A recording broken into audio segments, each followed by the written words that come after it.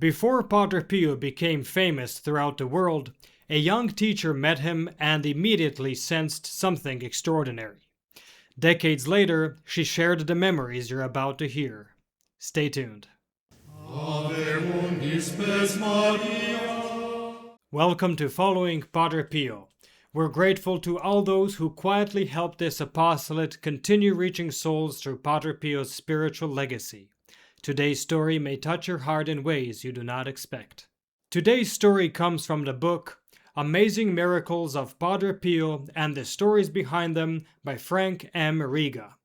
And today we're going to meet Nina Campanile, a school teacher from San Giovanni Rotondo who became one of Padre Pio's earliest spiritual daughters.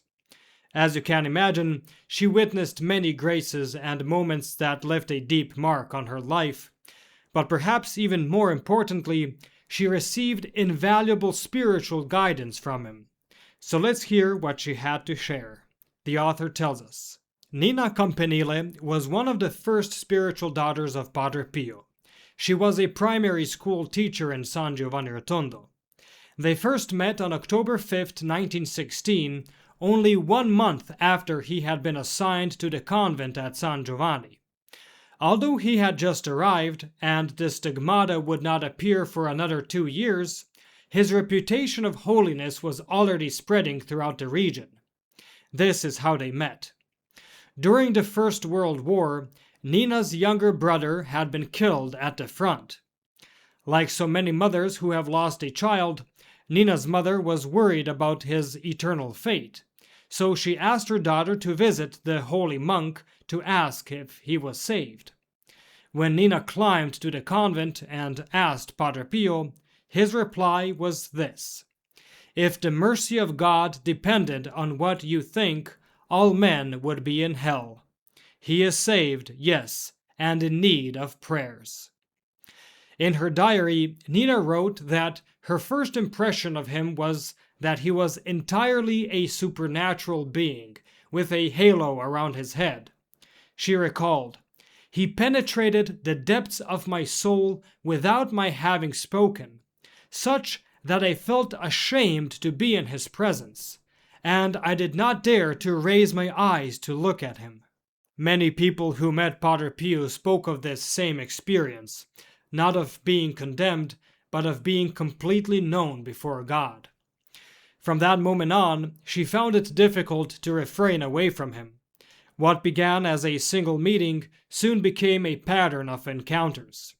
Through personal meetings and letters, Padre Pio became her spiritual director. In fact, he later told her that from the very beginning, he understood that the Lord had entrusted her to him, and that much work would be needed to form her soul. Many people long for that kind of spiritual guidance and companionship, the reassurance that someone is helping them grow closer to God.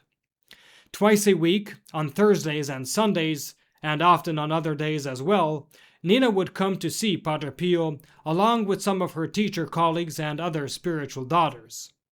These meetings took place in the guest room of the convent in an informal, friendly atmosphere. Padre Pio would speak about the gospel, teach the path of perfection, and patiently answer their questions, clarifying doubts with paternal gentleness. He once told Nina that his intention was to form a few good souls, so that they, in turn, would become seeds sown in the midst of the people.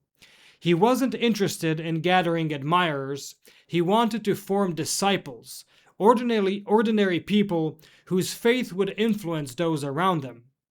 When speaking with them individually, he was not only concerned with their spiritual growth, but also with their personal lives, asking about their families as though they were his own. If someone were sick, he would even advise them on what steps to take. Nina notes that there were 12 women in this group. Padre Pio once said to them, "Here is not a question of personal acceptance. Souls are attracted as the Lord disposes." Padre Pio believed that holiness was built on ordinary faithfulness.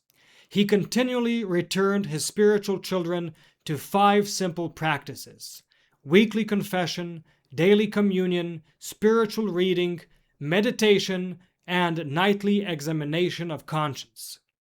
Above all, he insisted they not neglect daily communion unless they were conscious of mortal sin. To calm their fears and scruples, he patiently listened to their doubts, reminding them that they should only refrain from Holy Communion if they were certain they had gravely sinned. Following the example of these 12 women, daily communion soon spread throughout San Giovanni Rotondo. Nina wrote that God was present in him in a supernatural way, like natural things are present in us. And she recorded several events that confirm this. On one occasion, during her first year under his guidance, her mother fell seriously ill with a very high fever. Doctors diagnosed double pneumonia, and the family was deeply worried.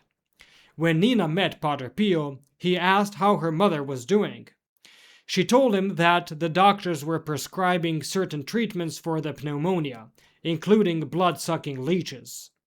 Padre Pio exclaimed that it was not pneumonia at all, but a severe case of malaria. Soon afterward, the diagnosis confirmed exactly what he had said. Another example. Nina's nephew was a medic serving on a hospital ship, and one day she heard that the ship had been bombed. Frightened, she went straight to Padre Pio to ask about him. He replied without hesitation, "Be calm, he was in port and not on the ship." Later it was confirmed that this was exactly the case. Nina reflected that such knowledge could not have come through natural means, since she had asked him immediately after hearing the news. She also wrote that the turbulent times in which we live require a divinized being on earth to give example, comfort, and strength, so that even if the body is lost, the soul will not be. The life of Padre Pio, she wrote, is like that of the Divine Master, one of total sacrifice. He eats little, sleeps even less, and lives in constant prayer, work, and suffering. Forgetting himself completely, his life is dedicated to the salvation of souls. And he once said, "If you do good to those who deserve it, what merit is there? It is necessary to know how to treat both the good and the bad, in order to draw out the best in each." And with that, we conclude today's story. Thank you for spending this time with us today.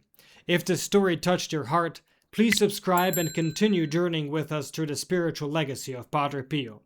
And if you feel called to become part of our prayer family as a protected child of Padre Pio, you'll find the link below. May Our Lady and Padre Pio bless you.